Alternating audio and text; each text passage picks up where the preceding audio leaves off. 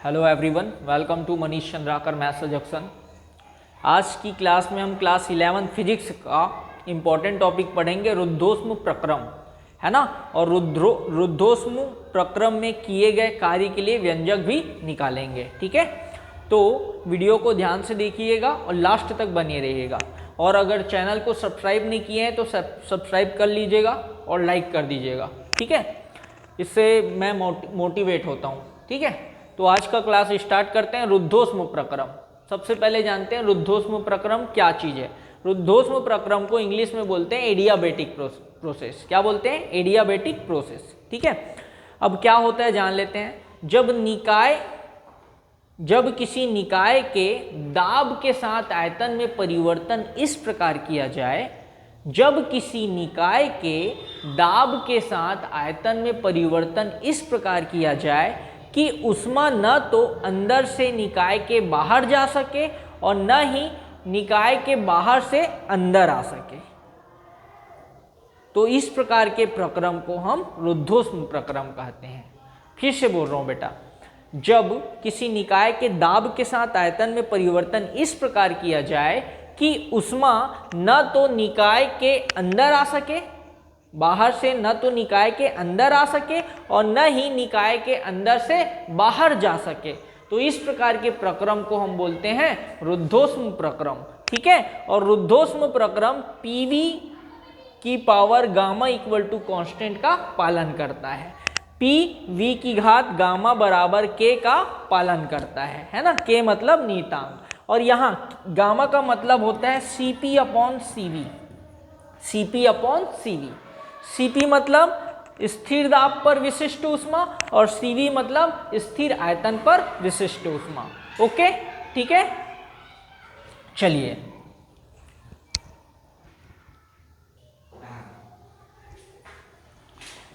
बेटा आगे बढ़ जाते हैं, है ना। ये समतापी प्रक्रम हो गया, ठीक। अब समतापी प्रक्रम में किए गए कार्य के लिए व्यंजक जानना है ना। समतापी प्रक्रम में किया गया कार्य निकालना है। तो सबसे पहले बोले, मान लो किसी आदर्श गैस के 1 मोल का प्रारंभिक दाब P1 है, आयतन V1 है तथा ताप T1 है, ठीक है।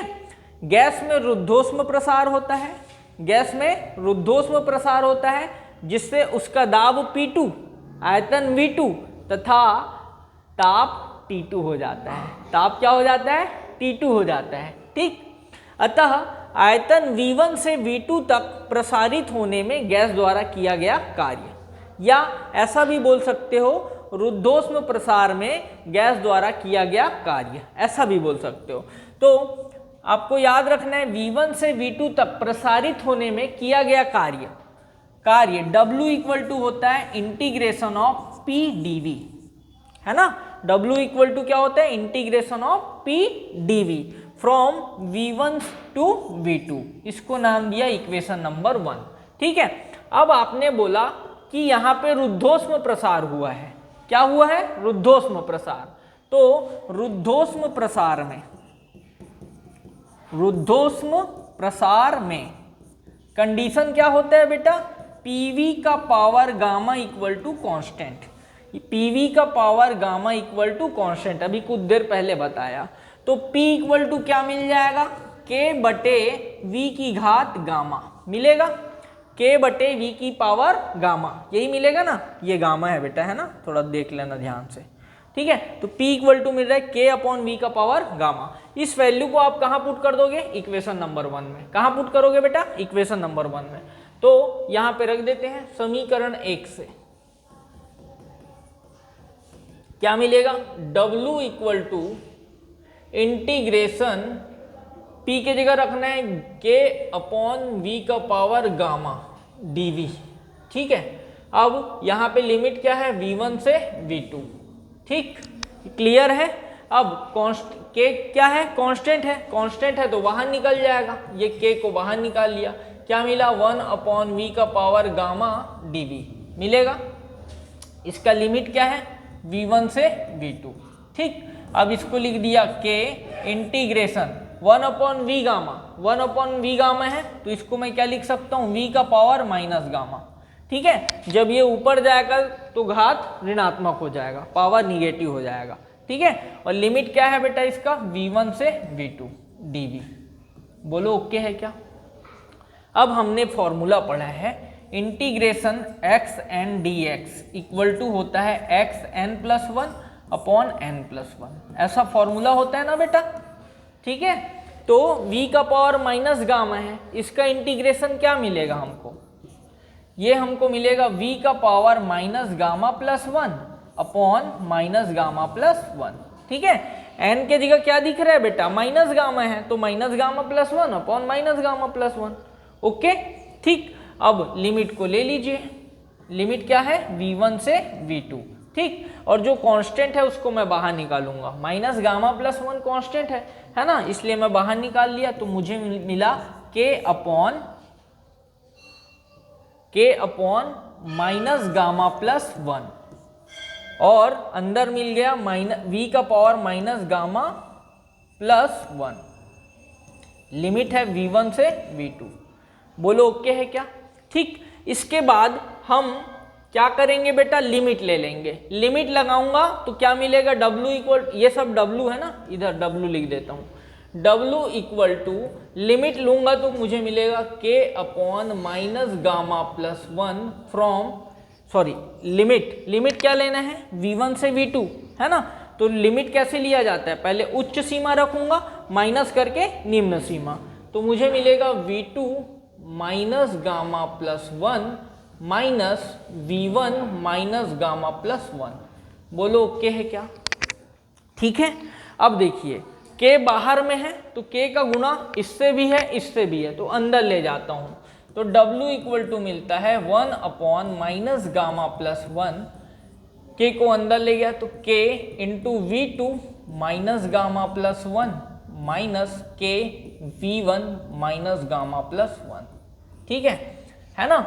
और हमने अभी कुछ देर पहले देखा बेटा, क्या देखा जी, कि PV इक्वल टू क्या है, PV गामा इक्वल टू क्या है, कांस्टेंट है।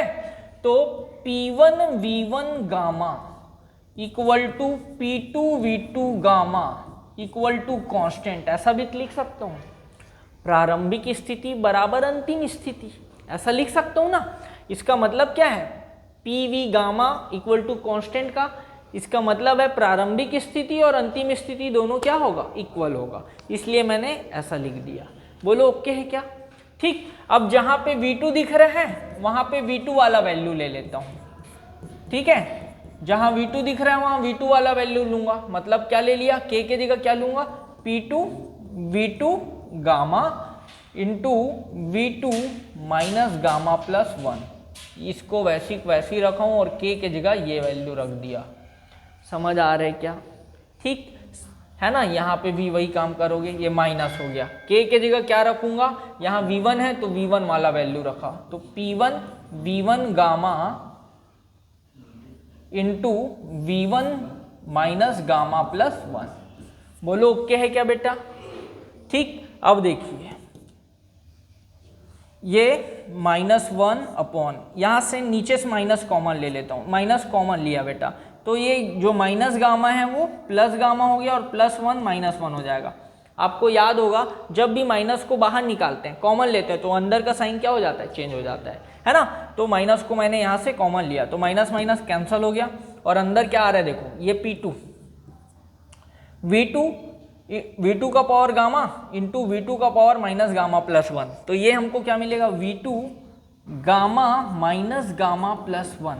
बात समझ आ रहा है, minus P1 V1 gamma minus gamma plus 1, ठीक है। Gamma gamma cancel, gamma gamma cancel, ठीक है। तो फाइनली मुझे मिल रहा है, यहाँ पे क्या मिल रहा है, 1 upon gamma minus 1 P2 V2 minus P1 V1। बोलो ओके है क्या, पक्का, ठीक है। अब हमने आदर्श गैस समीकरण पढ़ा है, आदर्श गैस समीकरण, आदर्श गैस समीकरण से क्या होता है बेटा, PV इक्वल टू क्या होता है, RT, PV इक्वल टू क्या होता है, RT। तो भैया P1 V1 को ले देता हूं मैं RT1 और P2 V2 को क्या ले लेता हूं, RT2, ऐसा ले सकता हूं क्या, ठीक है। P1 V1 के जगह RT1 और P2 V2 के जगह RT2 लेने पर, ऐसा लिख दीजिए। तो W इक्वल टू हमको मिलेगा, ये पूरा W है ना, लेफ्ट साइड में W लिख सकते हो, नहीं लिखोगे तो भी चलेगा, एक जगह लिख दिया हूं ना, ठीक है। तो W equal to 1 upon gamma minus 1, अंदर में आएगा RT2 माइनस RT1, ठीक है। R दोनों में है तो R को कॉमन ले लिया, तो W इक्वल टू मिल जाता है R upon gamma minus 1 bracket के अंदर T1 माइनस T2। यही रुद्धोष्म प्रसार में किए गए कार्य के लिए व्यंजक है, यही रुद्धोष्म प्रसार में किए गए कार्य के लिए व्यंजक है, ठीक है। इसको बढ़िया से करना है बेटा, बहुत इंपॉर्टेंट क्वेश्चन है ना, अक्सर पेपर में पूछा जाता है इसको, ठीक है। ये थोड़ा छोटा दिख रहा है, स्क्रीन में क्लियर तो दिख रहा है ना, ठीक है।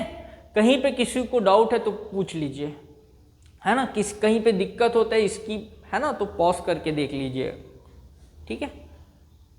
किसी को कोई डाउट, ठीक है, सबको क्लियर है, कहीं डाउट है तो पूछ लो भैया, ठीक।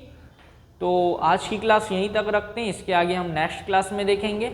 आप सभी से रिक्वेस्ट है कि चैनल को लाइक करें, सब्सक्राइब करें और ज़्यादा से ज़्यादा शेयर करें। Thank you.